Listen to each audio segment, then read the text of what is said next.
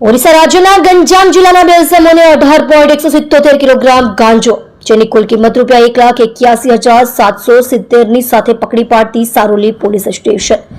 Police commissioner Shri Anupamsinh Gahlot સાહેબ સુરત શહેર નાઓના નો ડ્રગ્સ ઇન સુરત સિટી અભિયાન અંતર્ગત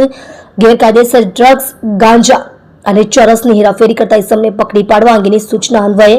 તથા ખાસ પોલીસ કમિશનર સેક્ટર 1 સાહેબશ્રી તથા નાયબ પોલીસ કમિશનર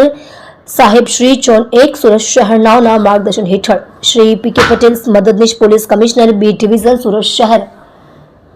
તથા Shri S R. Vekaria police inspector Saroli police station Surat શહેર નાઓને તેમના અંગત અને વિશ્વાસુ બાતમીદાર મારફત સંયુક્ત બાતમી હકીકત મળેલ કે આજ રોજ તારીખ 11/4/2025ના રોજ સાંજના આશરે 4:30 વાગ્યાની આસપાસ વિકાસ પરિડા અને ચંદ્રમણી પ્રધાન નામના બે ઈસમો પોતાની પાસેના મિયાણાની પ્લાસ્ટિકની કોથળામાં ગેરકાયદેસર માદક પદાર્થ ગાંજાનો જથ્થો લઈ કડોદરા ચોકડીથી નિયોલ ચેકપોસ્ટ તરફ આવનાર છે, જેમાં વિકાસ પરિડાનાએ શરીરે ગ્રે કલરની ચોકડીવાળો શર્ટ તથા બ્લેક કલરનું પેન્ટ તથા ચંદ્રમણી પ્રધાને મરૂન કલરનો શર્ટ તથા બ્લુ કલરનું જીન્સ પેન્ટ છે વિગેરે મતલબની બાતમી હકીકતના આધારે સારોલી નિયોલ ચેકપોસ્ટથી પૂર્વે સાબરગામ 3 રસ્તા નજીક કડોદરા સુરત રોડવાળા સર્વિસ રોડ પાસે જાહેર રોડ ઉપર આરોપીઓ વિકાસ કંદર્પ પરિડા ઉંમર વર્ષ 21 ધંધો અભ્યાસ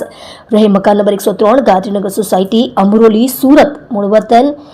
બિલાનોપલ્લી થાના કોદલા તાલુકો કોદલા જિલ્લો ગંજામ ઓડિશા ચંદ્રમણી પ્રભાકર પ્રધાન ઉંમર વર્ષ 24 ધંધો ખેતકામ રહે ગામ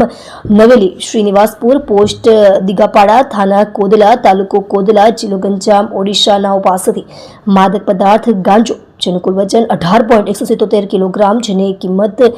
₹1,81,770ની મત્તાની સાથે ઝડપી પાડી. ઉપરોક્ત ગાંજો આપનાર ભુવા પાંડે જેનું પૂરું નામ ખબર નથી રહે ગામ સચીના તાલુકો કોદલા જિલ્લો ગંજામ તથા ગાંજો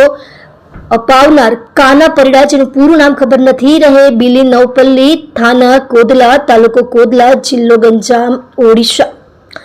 નાઓને બંનેને વોન્ટેડ જાહેર કરી કાયદેસરની કાર્યવાહી કરેલ છે.